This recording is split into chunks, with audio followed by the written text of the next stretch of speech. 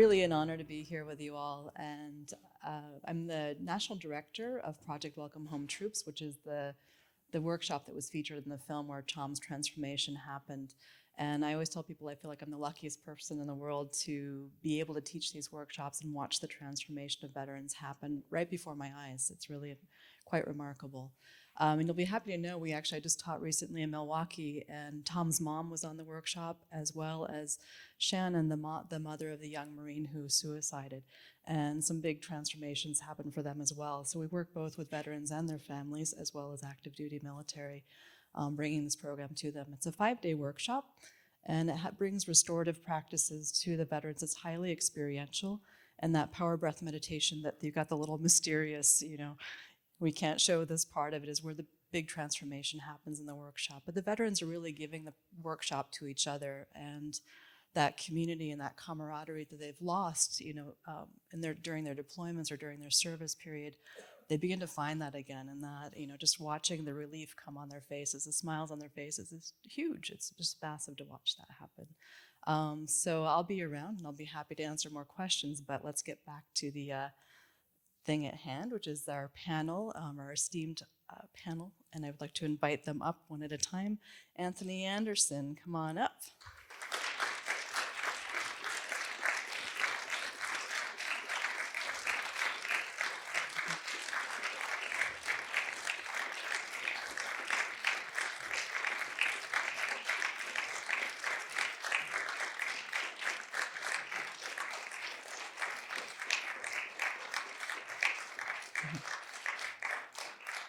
Anthony served for 6 years in the infantry, including 2 tours of duty and Operation Iraqi Freedom.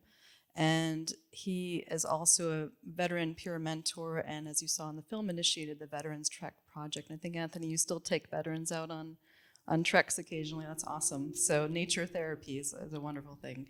Next, my great pleasure to invite up Michael Collins, our Emmy-nominated film director.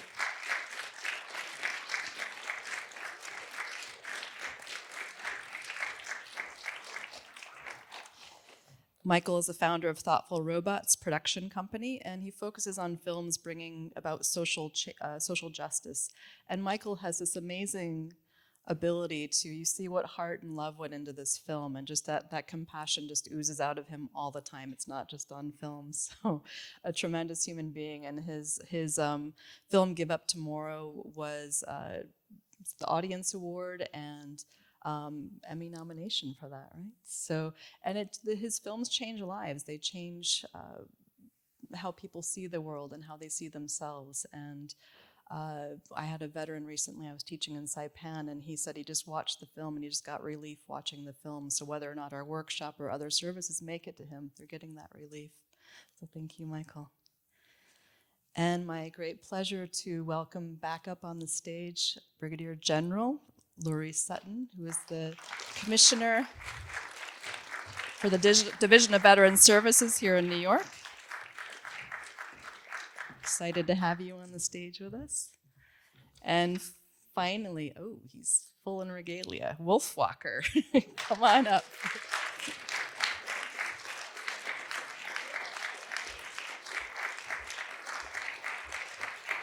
So Wolf Walker is a Native American who spent most of his life studying with elders from around the globe. He's lived with various tribes, immersing himself in their culture and beliefs. And he's now spending his time passing this knowledge on to others. And we're really grateful to have you here, Wolf. Thank you.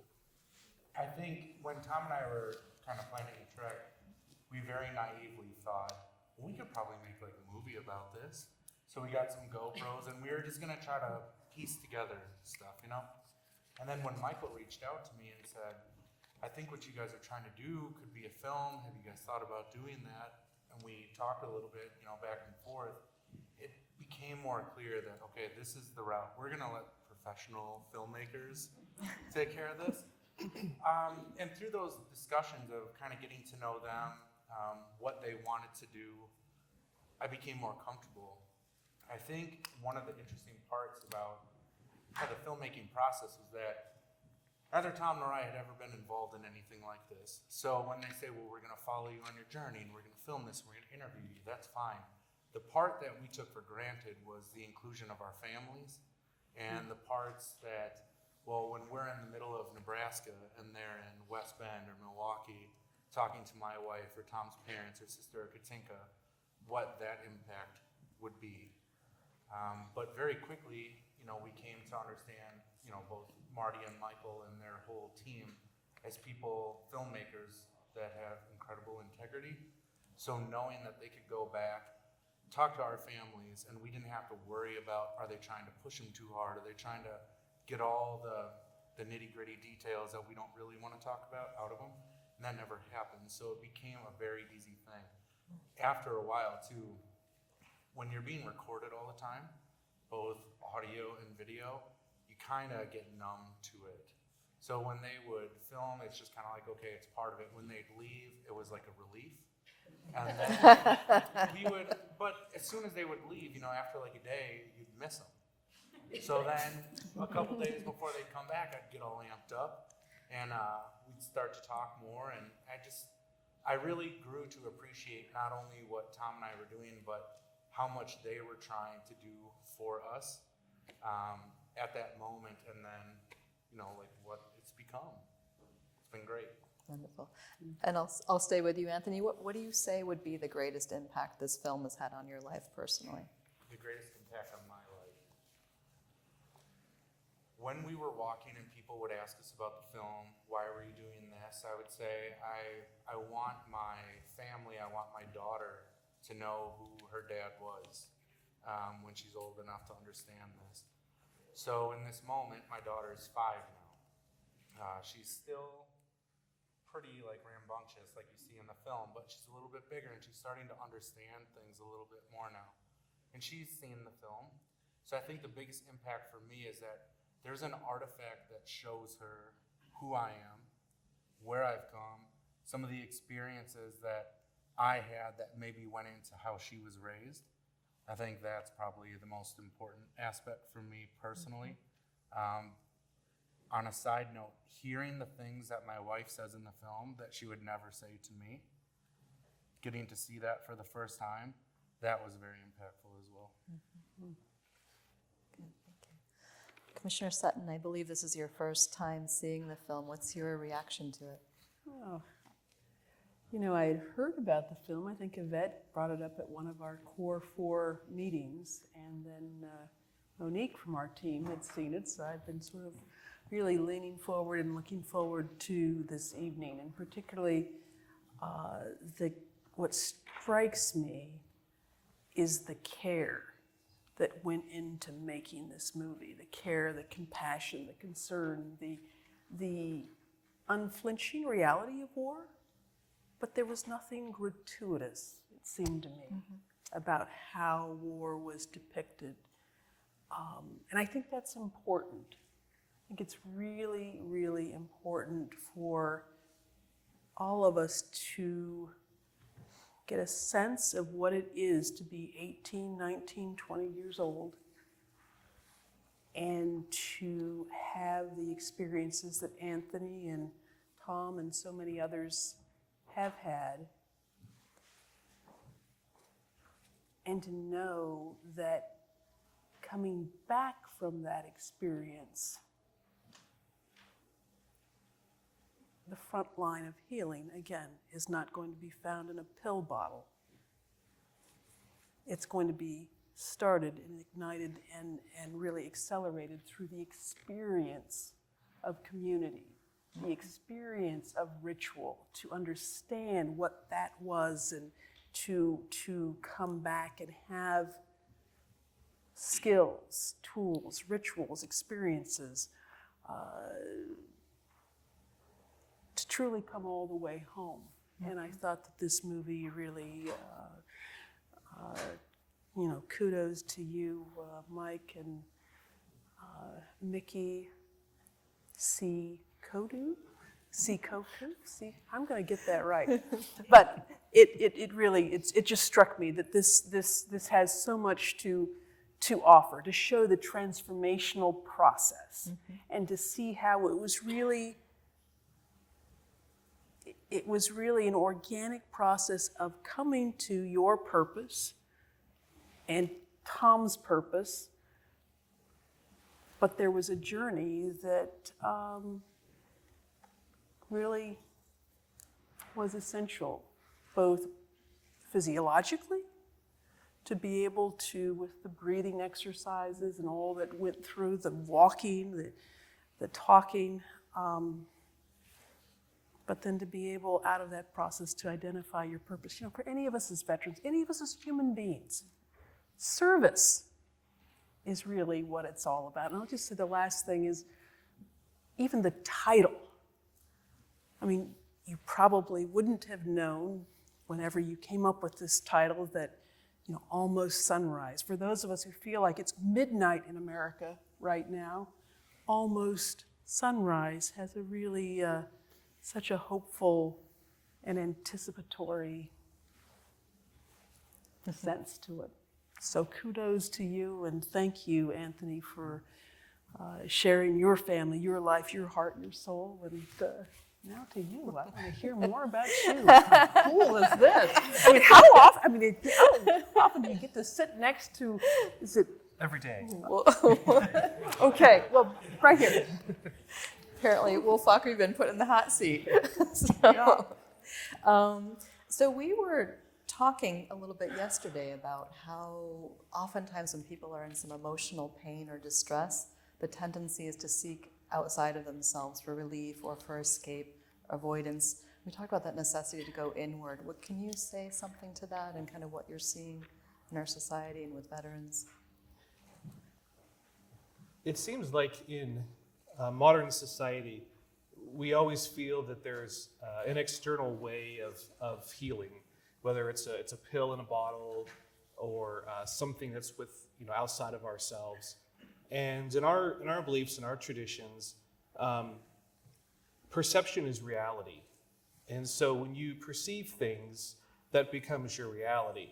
And so the only way to really affect change within yourself is to begin to change that perception, not only of situations and things outside of yourself, but especially things within yourself. And so when you begin to understand that life is long and life is difficult, and as we go through, we have different experiences, and I think many of us can look back, and when we were 18 or 19 years old, we've all done things that we kind of scratch our head and wonder where we were, why we were doing those things. And to still be who we are today and saddled with those ideas and the things that we did would be a huge burden on us. And so really it comes to us looking within ourselves and allowing ourselves to learn from those experiences, to learn from those lessons. Because as we grow as human beings, that comes from those experiences, the tough times, the challenges. We grow more in those difficult periods than we do in times of plenty. And so taking that power back in saying that, yes, I did this was who I was and where I was at that moment, but acknowledging that now you're no longer that person, or acknowledging now that you've grown and you've changed, and allowing yourself to move beyond that is so important. And I think, unfortunately, because we're always looking outside of ourselves, we're never able to get that, because no matter how many times someone tells you something, it's still within your own belief whether or not you're going to forgive yourself, whether or not you're going to allow yourself to move beyond these experiences. And the thing is this is not just a veterans issue. This is an issue of all people, whether it's victims of violence or abuse. We all have this history, and it's important for us to see it now as who we are and observe it and see it for what it was and accept it and move beyond it, rather than to always carry that with us and replay those old tapes from when we were 18, 19, or even, weeks or months before. It's okay to learn the lesson and move beyond those things. Thank you. Back to you, Anthony. We've talked before about looking at moral injury, the topic of the film, versus post-traumatic stress. And how would you say that that's manifested in your own personal life? And what's the difference between the two in your mind? So I think what you guys need to understand is that, so I went to Iraq 2 times, you guys know that. And both of my times coming home were very different.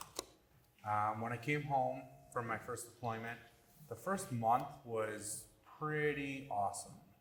A lot of partying with my friends and reconnecting with my wife and kind of getting back into the swing of things, right? And the problems really started a few months later. I couldn't sleep, so I would drink to the point where I passed out. And that's how I would get a restful night's sleep, if you can even call it that, right? When I went to the VA and they said, they have you talk to a psychologist and a psychiatrist, and well, how many people did you see get killed, and do you remember their names, and what were the circumstances, and they make you kind of relive all these things. I got a packet of papers in the mail one day that said, well, here's your disability rating. And they said, okay, you're X amount for post-traumatic stress disorder. And I read what that said, right? And it said that, at this rating, I should be getting in trouble with the police, and I should have drug and alcohol problems, and I should have domestic issues, and like this whole host of like really bad stuff, right? Some things that I was dealing with and some things that I wasn't dealing with. So I never truly understood it, right? Because they're saying that, well, I'm, 50% disabled from post-traumatic stress disorder, 30%, 70%, whatever. And I never understood it. Because what they said should be happening wasn't happening. So I always kind of felt like there must be something beyond this, because this diagnosis is not doing anything for me, and it's not helping me get better either. Over the course of time, starting to speak with more veterans, Tom and I met because we were peer mentors at a nonprofit in Milwaukee that helped veterans who were struggling with post-traumatic stress disorder, drug and alcohol addiction, suicidal ideation, and a whole host of issues that veterans deal with. And the most impactful group that helped me kind of understand what it was I was going through were Vietnam veterans. They were going through multiple relationships over the course of several decades, maybe alienated from their families. And really what they had discovered was when they were young, it was easy to distract themselves with young families and careers. And now that their children had grown and they were retired, all of these things were coming back to them. And they were struggling in their 60s, just to try to figure out what was happening, because they were being paid back with interest. And it was kind of in those discussions and working in the veteran community that I first started to see post-traumatic stress disorder does not encompass the problem. It doesn't do it justice, right? Over the course of the walk, being exposed to a little bit more, after the walk, kind of, Michael would call me up and say, oh, I saw this really great article about moral injury or whatever, and start reading more about it. I started to recognize more about how I was feeling, how I was actually feeling, as opposed to what the VA said I should feel and what I should be doing and things like that. I think moral injury differs from post-traumatic stress disorder in that it's not like a quote-unquote clinical thing. Post-traumatic stress disorder is accepted now, even though it's existed forever, right? It's just different names: soldier's heart, shell shock, battle fatigue, whatever name it needed. When it was put in a clinical term, that's when it was accepted. Moral injury is not that way. When people ask me what the difference between the two is, post-traumatic stress disorder, like you saw in the film, it's more fear. It's more kind of an anxiety type thing. Moral injury is more like a bruising of the soul. I've said, or I've tried to explain it before, that post-traumatic stress disorder is what would wake me up in the middle of the night. Moral injury is what would keep me from falling asleep in the first place. My mind would not stop. I would constantly be thinking about, what about this or what about that? in the film, when you hear me talking about the guy that I watched die on the street, I mean literally watch him bleed to death on the street. The reason that we didn't help him was we were taking our colonel to a meeting, and we were already running late because we couldn't go through the gate, so we weren't going to stop. That never set well with me at all. I think that experiences like that, where you know what's right and you either don't from external pressure, or you don't because you feel internally like you'd somehow be betraying what everyone else is doing, you live with that. And you never come to a point where you say, like, that's all right. I think eventually you get to a point where you say, like Wolfwalker just said, well, that happened. So what do I do now? So that would kind of be the biggest difference. Post-traumatic stress disorder is a very normal, I think, reaction to extraordinary sets of circumstances. Moral injury is much more at the soul level as opposed to the psychological level. Thank you. Commissioner Sutton, there's Dr. Jonathan Shea, who coined the term moral injury, said, in order for the soldier and society to find healing, we must come together. Is that statement, it sounds like it may be accurate for you, and I'd like to hear more about the community building that you're doing, not only with veterans, but the larger community and resilience, and what you're doing with the veteran service through the city. Sure. You know, we owe so much to Dr. Shea for his insights, for his research, for his books, for the treatment and work that he continues to do with veterans. I think two things from his work that really have stood out for me over the years. One is he has been absolutely relentless in his focus on sleep and the criticality of getting sleep. You know, when you're not sleeping, nothing else goes right. And I think that's been a real contribution of his, and it reflects the physiological, the dysregulation that takes place after so much exposure to threat and fear and being in harm's way, which, by the way, not uncommonly, folks will ask me, what makes this generation different, this post 9/11 generation different? And typically, there's a little bit of judgment that's associated with that. Doc, don't you really think that we're kind of coddling these troops, is sometimes a word that's used? After all, World War I and World War II, they went overseas, they didn't come back till the war's over. So I typically sort of swallow hard, take a deep breath, and use it as a teachable moment that I've never found it useful to compare different generations to one another. It doesn't work much better between generations than it does at the kitchen table, who had it worse. However, when you look at the differences,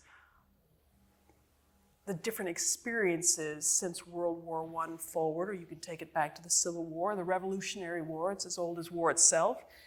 The one factor that distinguishes Anthony's generation is the factor that our research has shown makes the biggest difference: days of exposure to combat. And that's whether you're inside the fob, that's whether you're outside the wire, but when you're there for a year or more at a time, that's relentless. And so for the 32, 33-year-old who was 18 when 9/11 happened, raised his or her hand, said, "Here I am, send me,"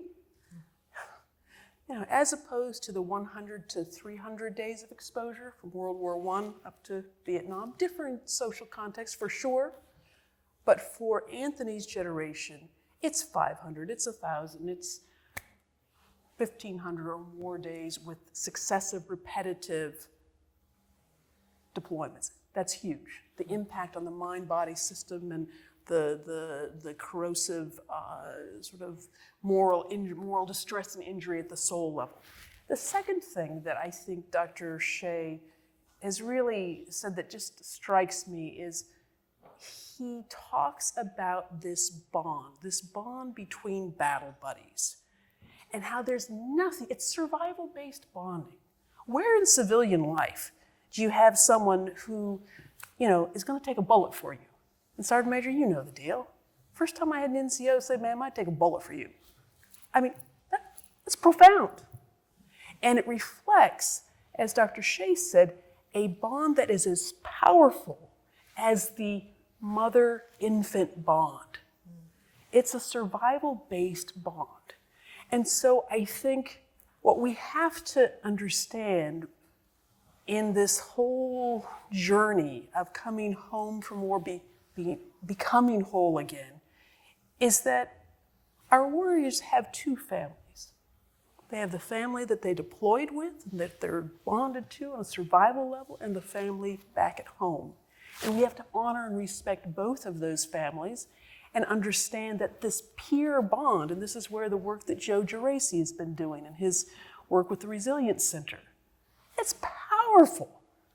And so to be able to pull together approach, and that's this core four model that our team is getting ready to implement. We're working with folks across the city, but it's building out the bottom 90% of this pyramid. If you think about clinical treatment at the top, we call that C4. We say it's C4 because C1, culture, that's connecting with, for example, ancient rituals and traditions, ancient Greek warrior, stories of war, all kinds of ways in which we can harness the power of culture. The ideal, optimal point of entry to the model is at the peer-to-peer level. That's C2. C3, community holistic services. There's no one-size-fits-all here, which is why in a place like New York City, there's such an expanse of services that we have to, as I understand Tom is doing now, is advocating at the national level for those kinds of approaches to be more available. And so we want to demonstrate here in New York City a sustainable path forward for cities across the country working in partnership with the VA. And so you're going to hear more about that as we go forward, but I will tell you it's the privilege of a lifetime to be able to work with veterans like Anthony and his families and so many of you who are here tonight. And I'll just get back to where we started. We truly are all in this together, and that's our greatest strength. Community is the most powerful medicine. Can I just add one thing to that? Yes. So one other thing that makes kind of like this war experience difficult, and if we're coddling the post 9/11 generation, so one thing that separates my generation of soldiers from previous, quite simply, is the internet. And So when we're deployed, we're chatting with our loved ones at home. We're exchanging photos. We're hearing about the parties that are happening. We're hearing about what's happening with kids. You know, we're constantly connected back home. So we're expected to be fully invested in what we're doing in that moment. We're physically present. We have to be mentally present. If I check out, that's why people, when they're about to go home on leave or come back, they don't get to go out on missions. Your mind isn't really in it anymore. You're thinking about home. Well, now, because of the ability to chat, do emails, whatever, you're home and in country multiple times a day. So it's very difficult to find that balance, right? Another aspect of it that's difficult is when you come home, you are trying to move beyond. You're trying to move beyond your experience. But for a lot of people, because you brought up 18, 19-year-olds, these moments in their lives are watershed moments. Some of them have never left the country, and now the first time they're leaving the United States, they're going to fight on behalf of their country. They come back, and the pride and respect that they're given at 18, 19, 20, when normally people at that age are kind of pushed to the margins of society because we don't have enough life experience to be taken seriously. Now all of a sudden we're looked at as heroes. And people give us this respect and they give us this attention and they quite literally applaud us at times. This becomes who you are. And so like you said, you have your deployment family, you have your actual blood family. You identify so much with this one experience in your life that it's hard to move beyond it because that is the experience that people look at you and say, like, this makes you a good person. This selflessness that you demonstrated for a year or 4 years or, over multiple deployments. This is how I know you're good. But internally, you're struggling with it because you know that you did something greater than yourself, but at the same time, you are struggling with some of the things that you did. But all around you, you see the pride in your family's face and in their words when they introduce you to someone new. The amount of times buying a Christmas tree when my mom would just be like, oh, my son just came home from Iraq. Just to the guy trying to sell her a Douglas fir, right? And I'm like, Mom, just chill out, But that makes it difficult sometimes to be home. Because when you're home and you're trying to reconnect, everyone is identifying you with the things that you did while you were away. So it's difficult. It's really difficult. So I just wanted to add that little part because I think people take that for granted that when we come home, oh, you're home. Well, yes and no. And sometimes the people that are surrounding you at home are so happy that you're home that they forget to talk about who you were and who you are to them, and not just who you are and who you were to them over the course of the last year.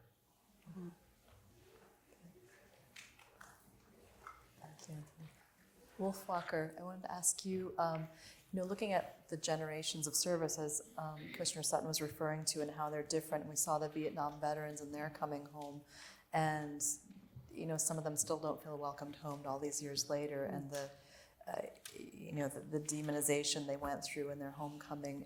And looking also just in our present day, I've just been finding in my work that if you don't come from a military family, there's often that silo effect of mainstream citizens having no connection to the military, no understanding of it. The media puts boots on the ground, and they're not even really people we're sending over there. So from Native culture perspective, what does that look like for the warrior in your Native culture, and how are the warriors treated by the community? In traditional culture, we have a different fundamental belief in those people who are around us. And not just around us, but all human beings. In our language, there is no word for little boy or little girl. It's only son and daughter. So when you grow up, everyone is referring to you as their son and their daughter. And you believe this to be true. So everyone in your tribe or your group is an extended family. It's part of a connection to who you are. We also have sayings after we do prayers or after we give thanks, and we will say, all my relations. So again, it's another way to remind ourselves that we are not here just out of happenstance. It's because of all of those who have come before us, and it's because of all of those around us. It's that connection to all things, all human beings, and all things, trees and rivers, all things. But when our people were sent to battle or to war, it was always the last choice. It wasn't the first line of diplomacy. So when that happened, it was something that was done with great responsibility, a heavy heart when you would send your warriors out to battle, because you're literally sending your brothers, your sisters, your uncles, your relations are going out. And when it's our relations and we see this connection, we're much more cautious before we jump into situations like that. And so one thing that we also did that was very different in talking about ritual is when our soldiers would come back, there was ritual to welcome them back. And so it was a way that the people would welcome them back into the fold of the group. And it was a way of saying that, we know you have had to go and do these things to protect us, to keep us safe, and we know that they were not easy, and we know that they were difficult things. And so now we want to welcome you back into our fold, into our people, and thank you for going and doing these things so we can have our way of life. And all too often, I see especially in Western society, we're very disconnected from one another. And just as you said, the soldiers are a number. It's boots on the ground. It's this thing that we're disconnected from. But in reality, it's all of our responsibility when these people go to war or go to these battles. And we can sit back and say, well, it's the government that sends them, it's a politician. But in our country, we have the ability to vote. And we have the ability to put these people in office or take them out of office, depending on the decisions that they make. And inaction is the same as action. So if you choose not to be a part of that cycle, it's just as much as saying that, yes, I am saying you're going to go. So as a people, we need to not look at the war or the battle, but look at the soldier as they come back. Remember that is a human being, that those people are our relations. Those are our brothers, our sisters, our fathers, our mothers. Those are human beings. And so we need to be there to help accept them reintegrate back into society. And it's so important for us to be a part of that healing. And we often hear that people who return, they self-isolate themselves because of the things that they have, the issues that they're trying to work through, the tapes they keep playing in their minds over and over again, trying to find new solutions to the same problems that they had and experiences. And in talking to vets, one thing that they want is someone to listen to them and to be non-judgmental and to allow them to talk about their experiences. And I think Anthony can really speak on that, of the things that would help him and would have helped him when he came back, on how to help that reintegration with the masses and with the people. I agree. When it comes to speaking to another person, I found a lot that the peer approach helped me quite a bit. I mentioned how Tom and I met speaking with Vietnam veterans or other Iraq and Afghanistan veterans, just understanding that being able to speak to someone who understood your jargon was nice. Being able to speak to someone who had been in the same country or had done the same job, even though our experiences were unique, there were so many common threads. When I was talking to my family, I was kind of parsing my words and dancing around things because I didn't really know how much I wanted to expose them to the things that I'd been a part of. Speaking with another veteran, it was very open. And I didn't really consider or fear anything in talking to another veteran. There's a very clear and distinct line between speaking with another veteran and speaking to a non-veteran psychologist or psychiatrist. And by no means am I saying don't speak to a psychologist or psychiatrist if you need to talk to someone. But in my experience, at the VA or speaking with counselors, there's a very different approach on how they listen and how they respond, as opposed to someone who has done the things that you've done. So for me, for several other veterans, and a lot of the veterans that Tom and I met along the walk, that's one of the things that I wish could have been demonstrated, is the amount of veterans that Tom and I met. You see little packs of veterans that would walk with us, like especially right there at the end. That's what we were talking about, our experiences. So when veterans would walk with us, either as a single person or maybe a group of them, that's what we talked about for the hour or 20 miles that they walked with us. And it was therapeutic in and of itself just to speak to someone openly about the things that were impacting us. I'd like to say one last thing real quick, and that is that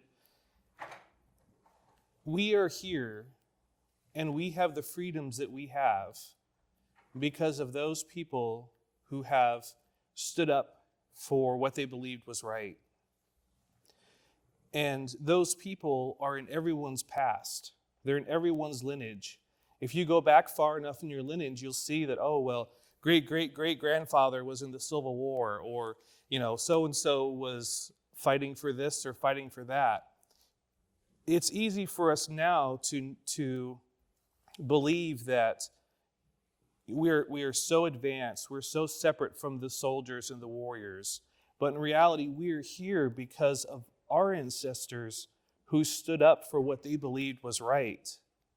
And we see that even politically now, where the masses are beginning to remember that the freedoms and rights that we had was because of the things that we stood up for.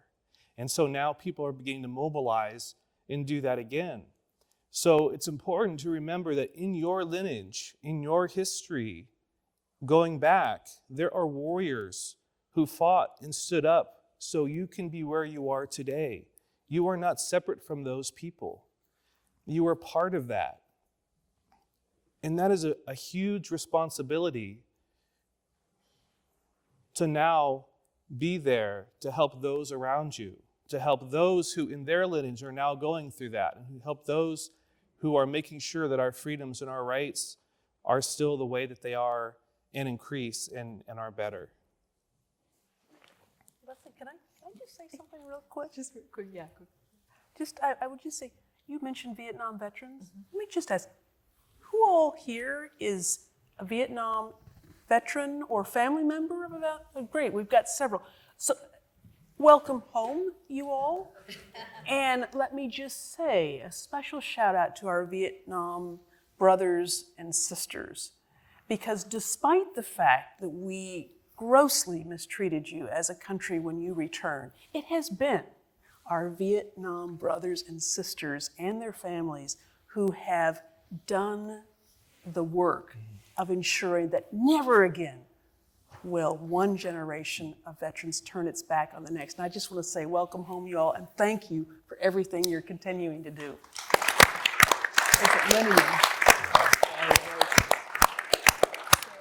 Gotten our cue, it's time to move to Q&A, but before we do, I just want to have Michael, you clearly had a vision going into this film and an idea of what you'd like to see of the impact of the film. Can you talk a little about that and where the film is going and what's happening with that?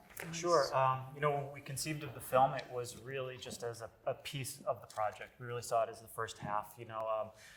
The films that we make, we really make them to try to create some change. And so we have a whole impact campaign attached to the film, and that's what we're working on now. That's why we're committed to stay with the film, to create these kind of events for years, for as long as it takes. As long as we feel like we're really doing valuable work in the world, we'll stay. We'll continue to put energy behind it. Our goals are really to educate people on moral injury, to create connections, within communities, to promote wellness, to really shine a spotlight on these alternative paths to healing. And ultimately, we'd also love to use this as a tool to help change legislation, to help to work, to bring some of these practices within the system. So all that can be found on our website, and we're actually doing a community screening. So if anyone wants to host a screening, you can just contact us on the website and click on host a screening, and we'll work with you to make sure that we bring it to your community, your school, your organization, whatever it is. We just love to bring people together and to create these conversations. Thank you, Michael. So I know there's some questions out there, so we'll open it up. And if you wouldn't mind standing, I think there's some assistance with mics for the audience. And if you can, there's one right up. If you don't mind coming up front, sir. Let us know your name and where you're from. You can come up to the mic up there so everyone can hear. Thank you. Good evening. My name is Paul Gopel. I'm a Vietnam vet. Thank you for that nice comment, Lord. We appreciate it. My question for you, Anthony, is, and before you answer it, let me just, were you angry? Were you mad? Did you hate the Arabs, the Iraqis, the enemy? And before you go into that, in Nam, through training, we got, what's the spirit of the bayonet? To kill. I don't know if they still do that. What are you? The quicker the dead.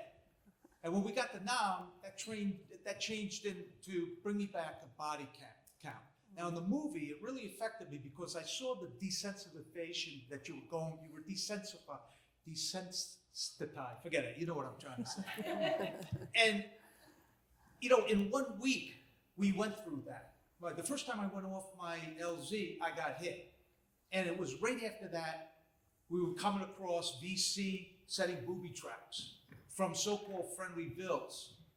And that hatred grew and grew and grew. So that fast forward, when I came home, I was full of hatred. I hated those people. And you guys seem to be more sensitive to it. Is that fair? Well, did I hate them? I grew to dislike them a lot. You what? I grew to dislike them a lot. Okay. There were certainly people that I looked at as victims of circumstance. Yeah. And lots of times, like I had a soft spot in my heart for the kids. My first deployment, I was 21. I turned 22 while I was there. I didn't really know a whole lot, right? So over the course of time, I was exposed to a lot more. It was my second deployment where I really started to feel, I don't know if I would say hate, very much anger though, a lot. There'd be times where you would drive through a little village and everyone would smile and wave, and you get 100 or 200 yards out and you get blown up by a roadside bomb. And yeah, in those moments you're like, what the hell, man? Like, how you know that that's there? Tell me. Right. Like, don't let us drive down that road.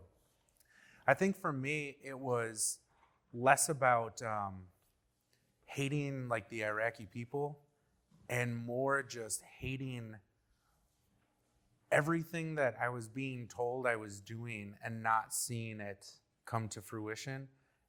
And then hating going into Baghdad and just looking at people look at you like, I can't wait until you're gone. Yeah, I know it will. You know? Yeah. That's difficult to deal with, you know? Do I think that we are more sensitive to communities and stuff like that? I don't think we're more sensitive to it. I think prior to deployment, we are given, a little bit here of like cultural classes. Like this is what's different about the Iraqi people as opposed to us or, the Afghan people. But I think the reason that we're a little bit more reserved in our action is war is way different now, 40 years or 50 years after Vietnam. It's way different. There is not an opportunity to do something without a camera or a journalist or someone reporting on the things that you do. I remember very clearly them saying, muzzle awareness, right? Because if a photographer takes a photo as you just happen to be very innocently moving your rifle, when they take that photo, it looks like you're aiming your rifle at a kid. They'll blow that up, in the Arab world. So you have this constant sense of like, is what I'm doing right? Is what I'm doing wrong? Am I doing the right thing? Am I treating this person properly? Am I going to have to go talk to a JAG officer? Am I following rules of engagement? Like there's so many things. Yeah, well, your rules of engagement were nuts. They're pretty crazy. If we saw an enemy, we could call in artillery, we could shoot them on the spot. Sure. You guys now have to call the JAG lawyer, and have them come out and give you permission to shoot somebody. But, you say, I don't mean to. No, I get it. But I just want to get this off my chest. The other thing that kind of bothered me, when you talk about the moral dilemma, maybe I should come sit on your couch sometime, Loree, but, that anger I have, when I was in Nam, we set up security for My Lai, the My Lai investigation, for those who were around anti-war, whatever.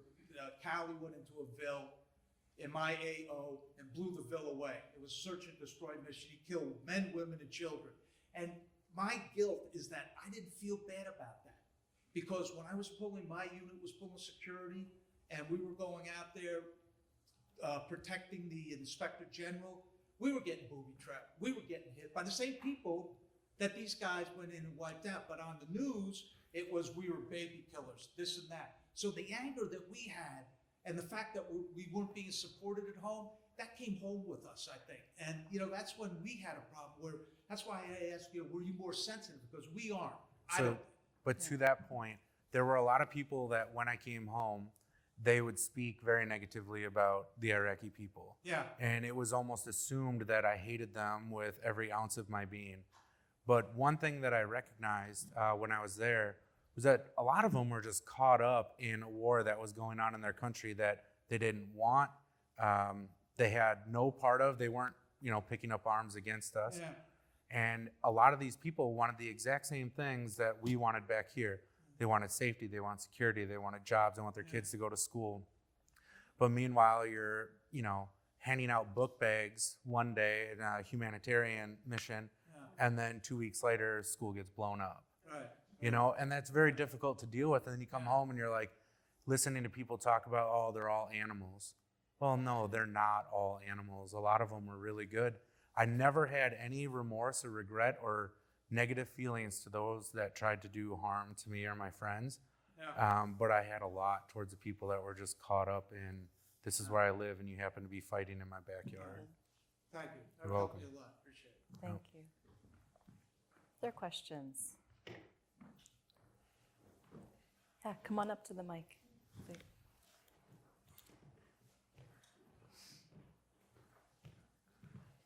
Hi, my name is Mark Amaruso. I'm an Afghan veteran. And I guess this question is for anyone in the panel, because you discussed it a little bit. And by the way, same thing in Afghanistan. People there, they just want to raise their kids, have a family. They've had a belly full of centuries of invasions. And for the most part, they just want, the general population doesn't want to deal with any of this stuff. They just want to have the same desires that we do, to just get along in life. Well, my question is, and I work with the commission a little bit on veterans issues and other groups. And you mentioned it in the film, a clear mission, what the mission is. Under Bush, initially the mission was clear, then it wasn't, then it kind of became clear again. Under Obama, it was clueless. Nobody knew what the hell was going on with what he wanted. But how important does that relate to mitigating PTSD or any kind of moral injury afterwards? When you know you had a defined mission and you come home, but would that mitigate or help in any way with the uncertainty, what the hell we're doing here, as opposed to, well, we know what the mission is and we'll try and do our best? Is there an answer? I don't know if there's an answer. The only thing that I could contribute to that is a sense of closure. When you know my objective is ABC and we hit it, and you know that you've done well and everyone is alive and you're going home, there's a sense of closure, there's a sense of accomplishment, there's a sense of satisfaction of knowing that you've performed well. When you're going out one day and you're told, here's your rules or here's what we're doing, and then, like, no joke, the next week, the next day, it changes. It's hard to wrap your head around, like, what is my energy and effort going into, while simultaneously hearing about all the stuff that you should be doing at home or the things that are going wrong in your personal life that you have no control and no power over. You feel completely helpless. So here I am spinning my wheels, and here's everyone at home spinning their wheels, and I'm the key to fixing whatever is wrong at home. I don't know fully if having a clearly defined, explicit mission is the key, but I would say, just in my own experience, had the mission not changed multiple times in the time I was there, it would have been much easier for me to articulate, what are you doing here? Well, this is what I'm doing. What did you do? This is what I did. I can't, still to this day, I can't really explain it. So there's no sense of closure to it, and because there's no closure, it's always an open wound. That's all I can really contribute to it. Is that psychologically, is that any... So as an example, Mark, there's been some work looking at Vietnam veterans who were, in their home country, Vietnamese veterans, and PTSD is virtually non-existent. And as one general explained it, he says, in America, you think that war affects you up here. We know here it affects us here. And we were fighting for our home. So where there is a clear mission, where there is a sense of right, where there is a recognition of really the way that war can corrode the human heart and soul, I think that provides a context, a culture within which the burden is shared. But even within World War II, where the mission was much clearer, where the enemy had the decency to wear a uniform, where there was a front line, where there was a rear area, we still had over 500,000 neuropsychiatric casualties. So war is never a healthy experience. Thank you. Congratulations. Oh. And I would add to that, sometimes you see, for example, the recent killing at the airport in Florida, and it just, stirred up this whole flurry again about, the veterans with PTSD and the ticking time bombs and all that we've seen that gets stirred up whenever there's a veteran involved. And I think that we need to change that narrative. I'm so glad to see that as one of your aims for this campaign, because there's sort of this assumption somehow that our veterans, they've gone to war, and now we need to bring them back and make them just like the rest of civilian society. Well, there are elements of that you need to sort of relearn what it is to live in civilian society, but I think we need to turn that on its head. I think we need to recognize that warriors like Anthony and Tom and so many others and their families who've also served bring back enormous strengths. They're extraordinary civic assets. And what we really need to be doing is to be learning from Anthony and Tom and families around us. We have over 210,000 veterans here in New York City. And we need to be making our civilian society a little more reflective of the strengths that Anthony and his peers have developed over these 16 years now of war. I think that's an important shift. We like to say that, veterans and their families are our cities and our country's leading natural renewable resource. And what's to be renewed? That capacity for and commitment to service. So I hope you'll join us, and we'll join you, and we'll all join together in this campaign to turn that narrative on its head. Let's acknowledge the strengths, but let's acknowledge the struggles, but let's lead with the strengths. In our traditional society, when our warriors would come back, it was a reintegration, but not a changing of who they were. So they have, just as you were saying, the knowledge, the experience was very valuable. In our tribes, we would have a chief, but the chief was not the person who would the final say of what would happen. You actually had different councils. So you had the council of grandmothers, you had the council of grandfathers, you had the council of warriors. And so whenever a big decision came amongst our people, it was taken in front of all these councils because of that exact reason, because we wanted to glean their experience, their information, and, perhaps they could say, well, one time we went this direction and that didn't turn out so well. So based on my experience, let's try this way. Let's try something new. And so I think that is so important that, when our warriors come back, that we see them for the wealth of knowledge and information, even if it's not positive knowledge. War is not a positive thing. And that wisdom, as you said, to reintegrate and use that as a people and help that to guide our hand in how we make decisions in which direction we go as a people. I'm Matt Butler from Fordham University, Iraq and Afghanistan veteran. Thank you so much, Michael and Anthony, for sharing the story with us.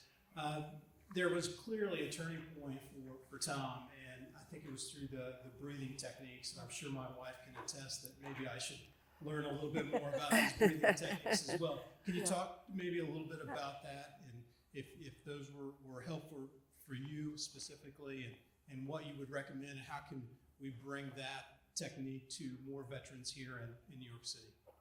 Thanks. Yeah, that was definitely a huge turning point for Tom. Just watching him walk across the country and hoping that when he got from point A to point B, he was going to have this total shift. And he was a little, it was really hard to watch him get there and not quite, we saw that his journey wasn't over. So this breath work was such a gift that they invited him, and he was able to go out and have that extra experience. It was tricky to build a film around a journey and then like another little journey at the end. But I mean, Leslie is the national director of Project Welcome Home Troops, so I'd love you just to be able to speak about that and any efforts you have to bring this workshop around here.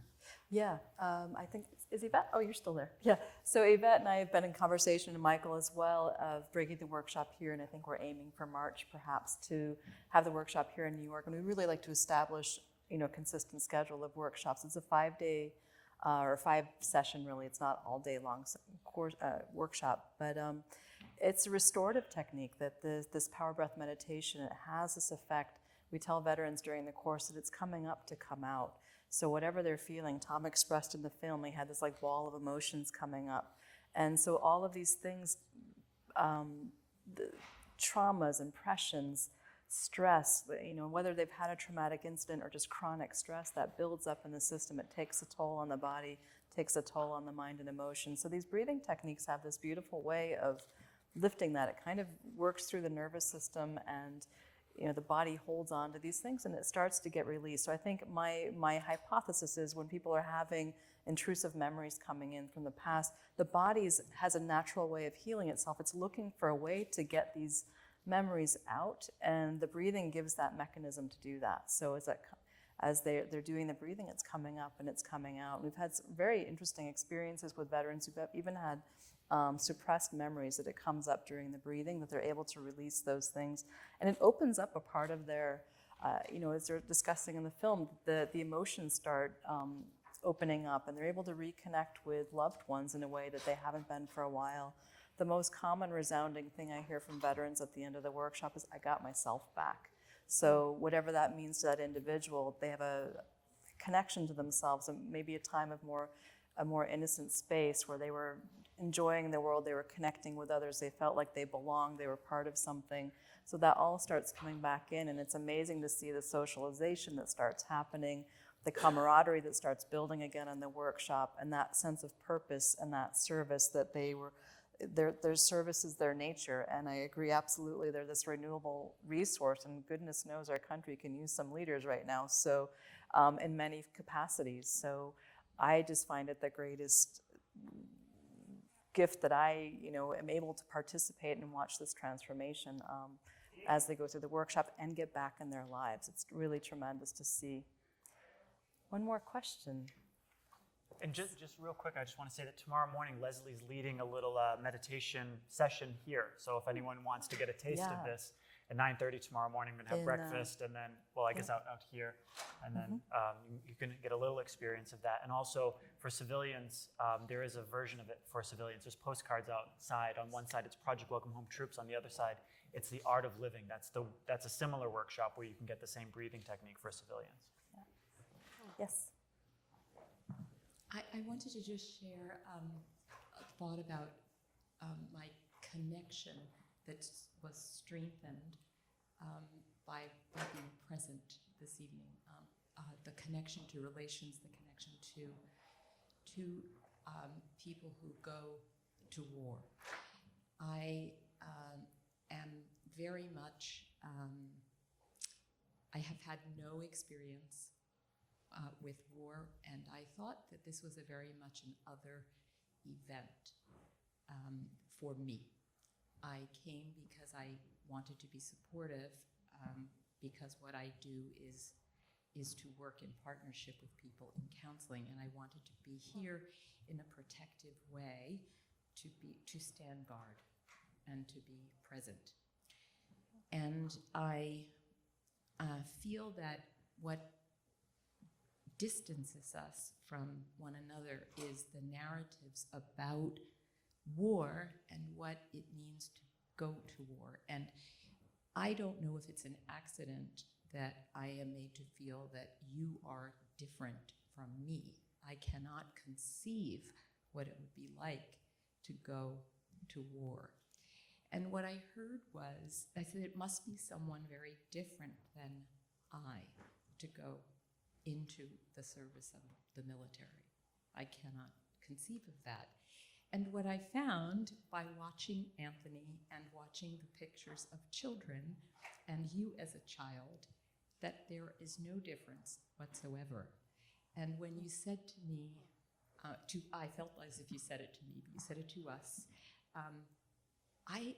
When I was present in war, I was freaking confused, and and as I rode on a truck, and as I saw someone that we could help and not, I was confused. And so the narratives, the language was language I understand, and it said, this is a person, there's no different, and if I were there, that's exactly what I would have felt. So I feel what separates us is the narratives of what it means to go to war, or to defend, or to go beyond what is an incomprehensible experience. And for me, I noticed that and found that it was an incomprehensible experience for you. It's just, so I want to thank you for that, and I hope that when you travel and continue to share, that connection, and that you are aware that you continue to say that and to be who you are, because we are the same, and I thank you for that very much.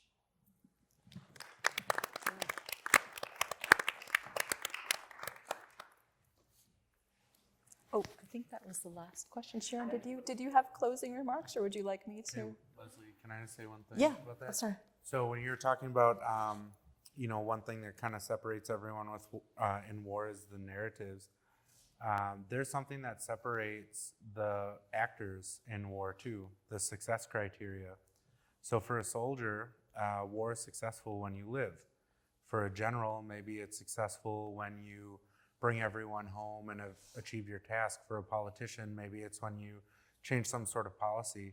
So not only is war different in the narratives, but it's also judged differently by those that are actually involved in it, even for a family member.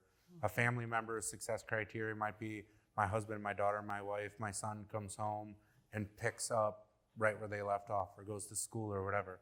So everyone, when war is involved, has a different judge on if this war was successful or not. And I think that's one thing too, with everything that's been said tonight about how we view soldiers, how we view veterans, how we view the families, how we help the families. The success criteria for everyone is different. For me, I'm happy, that I lived, and I'm happy that I did my job. But I think probably the biggest thing that I still need to do, or part of my task, is to get people to understand, war in and of itself is not successful if we win, right? Everyone looks at it a little bit differently. My hope is that when people walk away from the film, they'll understand that they have a role in the success criteria for each level, right? So Wolf Walker talked about voting. We've talked about supporting families. We've talked about supporting veterans. Be connected to it, because you all have, you need to understand you all have a role in it, whether you're actually a war fighter or not. You are part of the war effort. So success criteria is within you guys as well.